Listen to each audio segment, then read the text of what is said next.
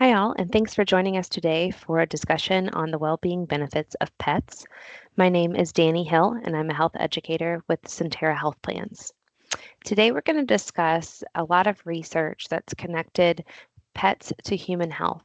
And believe it or not, this research dates back about 4 decades, with dozens of studies pointing to several surprising benefits.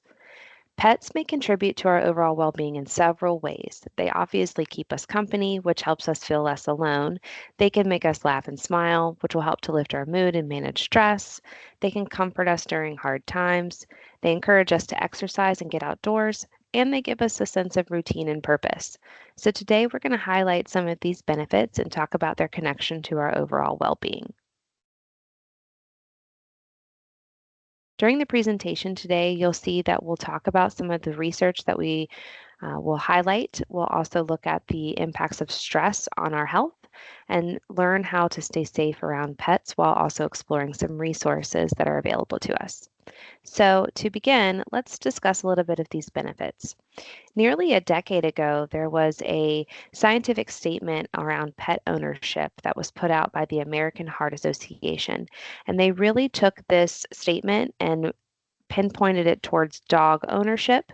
However, there's been several studies that have backed this statement through other pet ownership styles. So whether it be cats, reptilian, horses, whatever it may be, they still continue to find this link in other types of animals as well. But essentially, what they found is that owning a dog in this case lowered risk for cardiovascular disease. And there was a more recent article that was published through the American Heart Association that reiterated that message. What we see is that having a pet tends to lower our risk for developing high blood pressure. And if we already do have high blood pressure, owning a pet may help us to control it, which is amazing. The main mechanism for that benefit is that we seem to have pets dampen our body's stress response.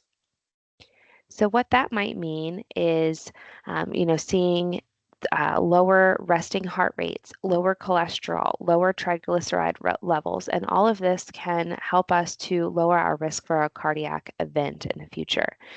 There's only limited evidence suggesting that cat owners may lower blood pressure. However, dog owners also tend to have lower resting heart rates and lower cholesterol and triglycerides than non-owners, according to the American Heart Association review. As a reminder, cholesterol is a waxy substance that's found throughout the body. It's not necessarily bad unless you have too much of it. Your body needs cholesterol to build cells, to make vitamins and other hormones, but too much of it can certainly cause a problem. Triglycerides are a type of fat that's found in the blood. When we eat, our body converts our calories that we don't use right away into triglycerides.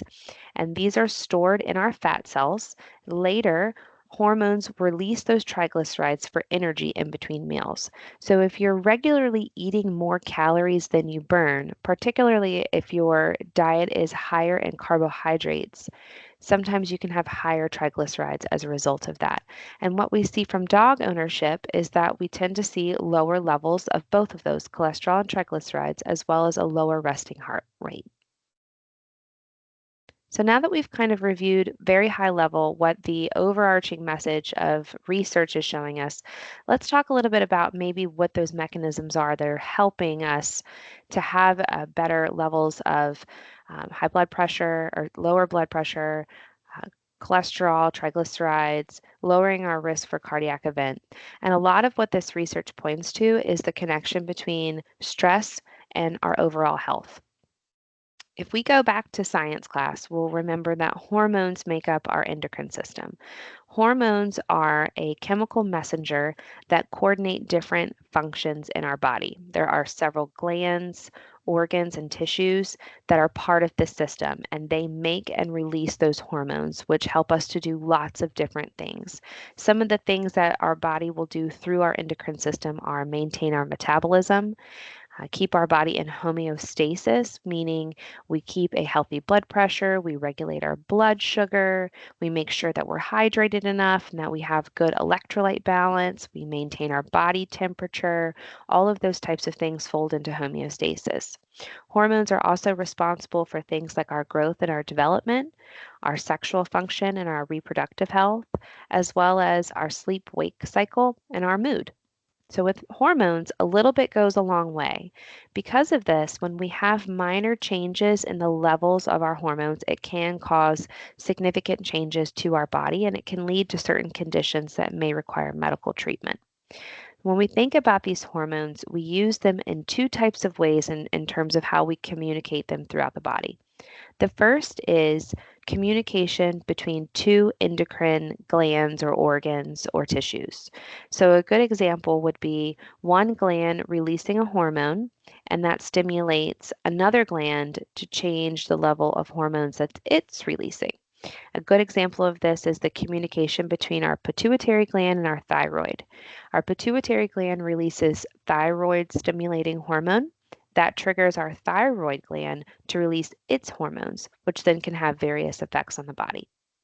A second way that our hormones communicate is from endocrine gland to a target organ. An example of this might be your pancreas releasing insulin, and that enacts on your muscles and your liver to help process glucose. So, our pancreas releases insulin, and then our muscles and our liver respond to that and start processing the glucose that's in our body. One group of the hormones that we have kind of floating around throughout our whole body system are our feel good hormones. And these are the feel good hormones are what make us feel happy, sometimes euphoric when they're produced and released. And these are considered neurotransmitters, which means that they carry messages between spaces in the nerve cells. These four feel good hormones are dopamine, serotonin, endorphins, and oxytocin, and they all play a lot of important roles in several ways throughout the body. As you can see listed on your screen here, a lot of the ways that we've discussed the benefit of hormones communicating between each other and between themselves and a target organ, we can see benefiting here. So if we look at dopamine, we can see it impacts our ability to learn and pay attention. It can impact our the way that we move our body, how we're processing pain, how our organs are functioning. Serotonin does a lot of the same things, but additionally will help us with regulating our body temperature, helping us to have healthy sleep patterns, our reproductive health, our digestion. Endorphins do a little bit to help with our self esteem and then certainly help with some of the other things that we've already mentioned. And then oxytocin, that can help us to feel connected to others, so that can help with that social connectedness that's beneficial to our overall health as well, along with some of the others we've already mentioned, such as our mood, our organ functioning, and our reproductive health. So, when we think of what pets can do for us in terms of how they're working with our hormones to help us feel better and live better, there's a couple of different buckets in which that this is happening. The first is through chronic stress, and that can contribute to higher levels of inflammation in the body. If we have high levels of inflammation, we can see things like poor blood flow through our vessels, our blood vessels. So, by flooding the body with adrenaline and cortisol, which are our stress hormones, stress can increase our heart rate and our blood pressure, and pets can help to counteract that. So if you pet or you stroke a pet, you're loving on them, cuddling with them, your brain will release oxytocin. And this hormone encourages you to draw closer to your loved ones. It helps to buffer stress. And pets can also inspire us to do other activities that are good for our overall health, like getting more exercise. And so oxytocin is a big contributor to that. And we can certainly make and release more of it by loving on our pets. Another way that our pets can help us is through slowing our cognitive decline.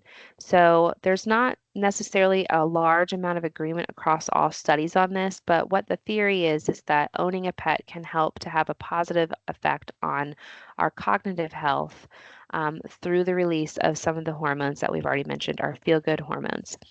There was a 2023 study that found that older adults who owned a pet for over 5 years scored higher on regular cognitive tests than other older adults who did not own pets. The study couldn't necessarily say whether pet ownership caused those better test scores or what may have been the reason for it, but the authors of that study listed some of the potential pet effects, like increase in oxytocin, as we've already discussed, increase in physical activity, decreased incidence of high blood pressure, and lower stress. And all of those factors certainly can benefit our cognitive health. The next area that we see our pets benefiting us is just helping us to keep routine. Having a routine, especially as we age and maybe we've hit retirement age and we don't have the grind of that day to day schedule as much, having a pet can certainly help to keep us in a regular pattern. Things like making sure their dog is going on their daily walk, or you're scheduling those vet appointments, you're making sure they're getting their food and their grooming.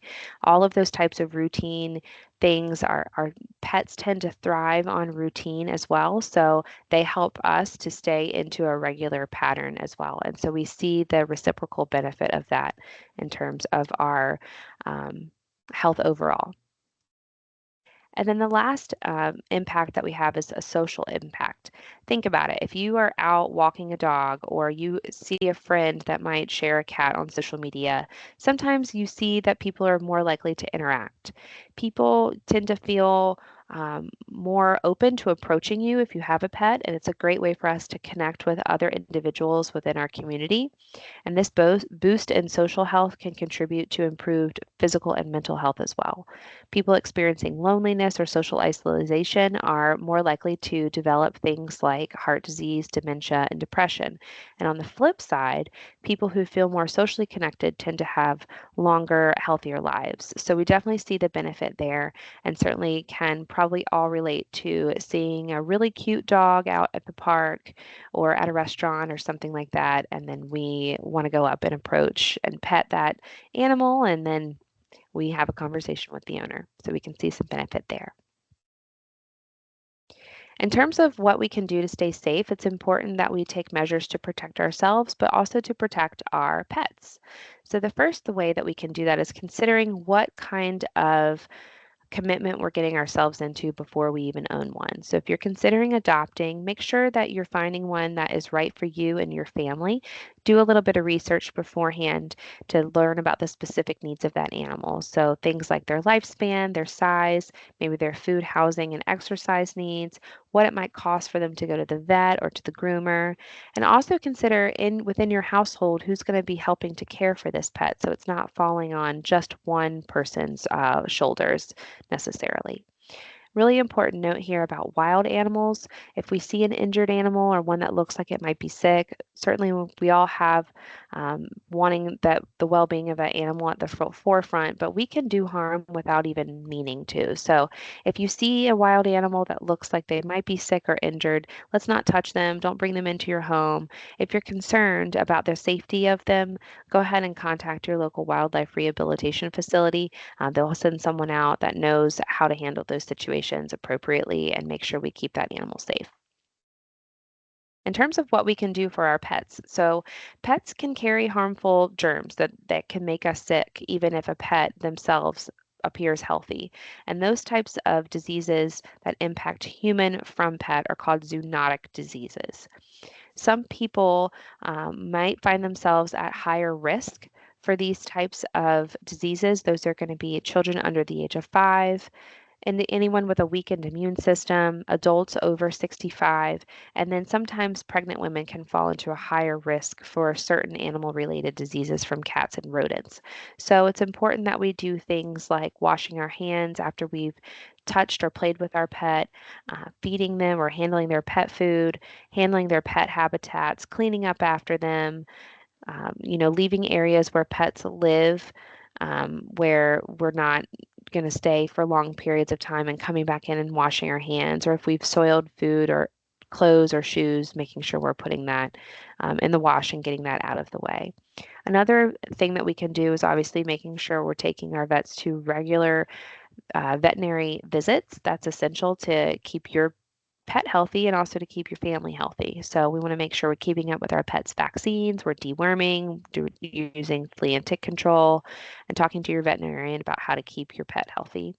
And by keeping your pet healthy, you are putting yourself in a position to keep yourself and your family healthy as well. When it comes to your household, obviously most pets are not wearing shoes. So we have to be mindful of the germs that they can bring into the home on their paws or through, just trying to get up on the countertop, for example, or something like that. So certainly want to make sure that we're cleaning and disinfecting on a regular basis and keeping kids away from um, dogs or pet fecal matter, things like that, making sure we're covering sandboxes so cats don't get in them and use them as a litter box, things of that nature. We also want to be mindful that we're interacting with them appropriately. Teaching children in particular to be compassionate and responsible when they're handling animals is important. We want to make sure they know to wash their hands right after playing with them, obviously, but making sure they're not getting in a pet's face. They're petting them appropriately, approaching those animals appropriately. So good to have supervision in mind, especially with young children. Now, what can you do if you don't have a pet, right? Some of us have circumstances that won't allow for us to have a pet in our home, but we want to get the feel good benefits of those hormones. What can we do? There's several things that you can do. So, those feel good hormones that we talked about can absolutely be obtained through doing some of the things that you see listed on your screen here, maintaining a healthy weight, eating a balanced diet that's very colorful, exercising regularly, making sure you're getting quality sleep and managing your stress. And then, certainly, if you have any chronic conditions, making sure that you're managing those appropriately with the help of a healthcare provider. If you use tobacco, considering quitting those tobacco products is also a really great way to help to boost those feel good hormones. There are many health conditions that can involve hormonal imbalances, things like diabetes, thyroid disease, and you will need to seek out medical treatment for those. But sometimes we can find in stores nutritional supplements that claim to treat different hormonal imbalances.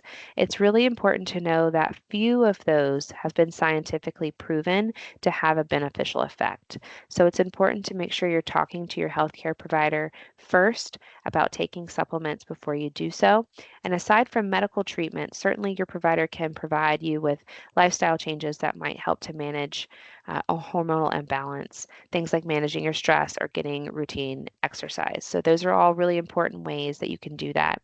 If you are a Sentara Health Plans member, you can access a lot of education and resources on healthy living through your WebMD portal. You'll simply sign into your Sentara Health Plans account and choose the Wellness Tools section of your homepage there, and it'll take you right over to your WebMD portal.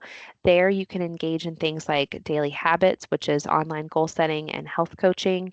You can complete a personal health assessment. You can check out podcasts or videos on different exercise routines or different health topics. So I highly recommend that you take a look at that. If you're not insured through Sentara Health Plans, we recommend that you visit um, centarahealthplans.com/mylifemyplan. And from there, you can access a lot of community facing programs that we've developed around these topics as well. Thanks so much for joining us today. Hope you have a wonderful day.